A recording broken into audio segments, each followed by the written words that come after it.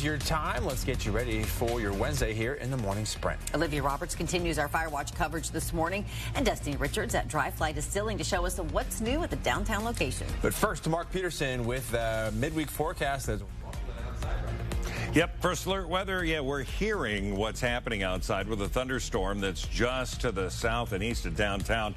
It continues to make its way through. Heavier rain showers are expected, too.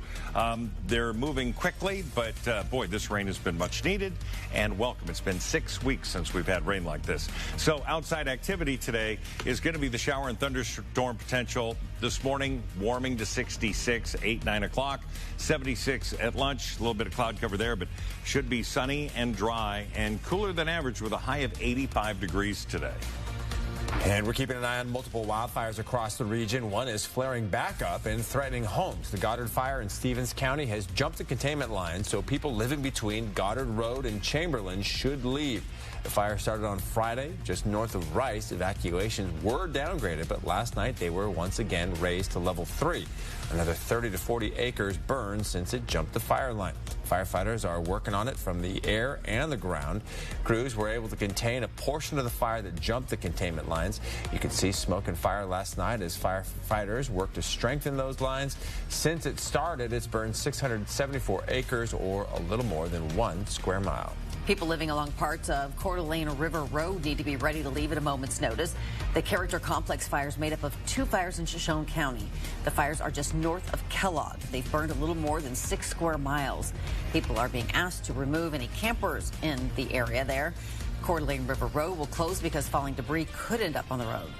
Juea Creek fire burning near Nespelem in north central Washington continues to grow. It's already burned more than 56 square miles, and today Governor Jay Inslee will see its destruction for himself. The governor heads to Nespelem this morning to meet with those impacted by this fire.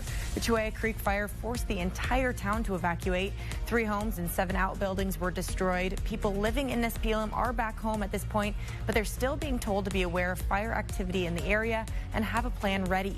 This afternoon, Governor Inslee will meet with Colville tribal leadership, incident command leaders, local business owners, and families devastated by the wildfire. Then tonight on 4 News Now at 6 o'clock, we'll have an update on his visit and bring you any new developments that come from it. Well, new this morning, police in Milwaukee are investigating 2 separate shooting incidents during the NBA Finals celebrations. A 19-year-old and a 32-year-old were hurt in one of the shootings earlier this morning. They are expected to recover. A 22-year-old was hurt in a separate shooting nearby. Police have arrested suspects in both of those incidents. Crowds were outside celebrating the Milwaukee Bucks' first NBA title in 50 years. Brisbane, Australia has been successful in its bid to be the host city of the 2032 Olympic Games. The International Olympic Committee met in Tokyo for the current games and announced the Australian city as the next host for the Olympic and Paralympic Games. 2032 will be the 3rd time an Australian city hosts the Summer Games.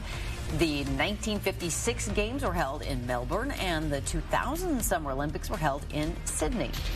An Inland Northwest staple is reopening, and with a nationwide movie, too. The Gorge Amphitheater is reopening next Thursday for its first concert since 2019.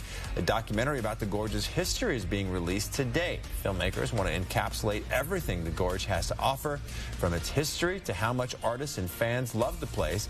The movie will be in theaters today and tomorrow in Spokane. If you want to know where you can get those tickets, visit KXLY.com.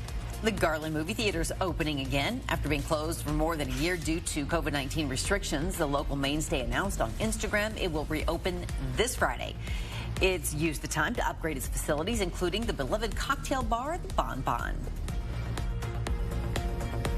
We are live at Dry Fly's new location. This morning we've been showing you all of the cool new features here. It's a lot bigger than the last location, so that's going to make for just so many more cocktail drinks and delicious whiskey, gin, all the things here at Dry Fly. You can go to our website, KXLY.com, to see some more photos of the new place, their new times that they're going to be open, and just more details about the opening on Riverside Avenue. As many parents worried about COVID in the classroom this school year, GMA has a look at what researchers are doing to track how droplets spread through the air and an experiment that could make a difference. That's coming up on GMA, and we'll be back with a final check of weather after this.